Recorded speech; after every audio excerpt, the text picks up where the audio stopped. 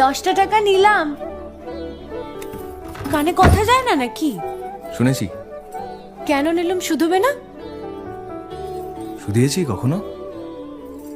আমি যদি 10টা টাকা উড়িয়ে দিই? দেবে?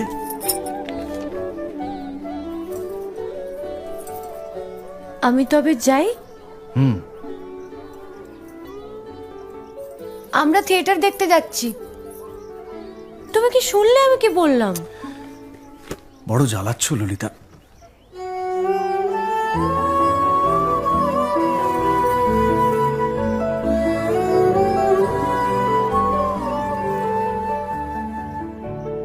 কি হয়েছে?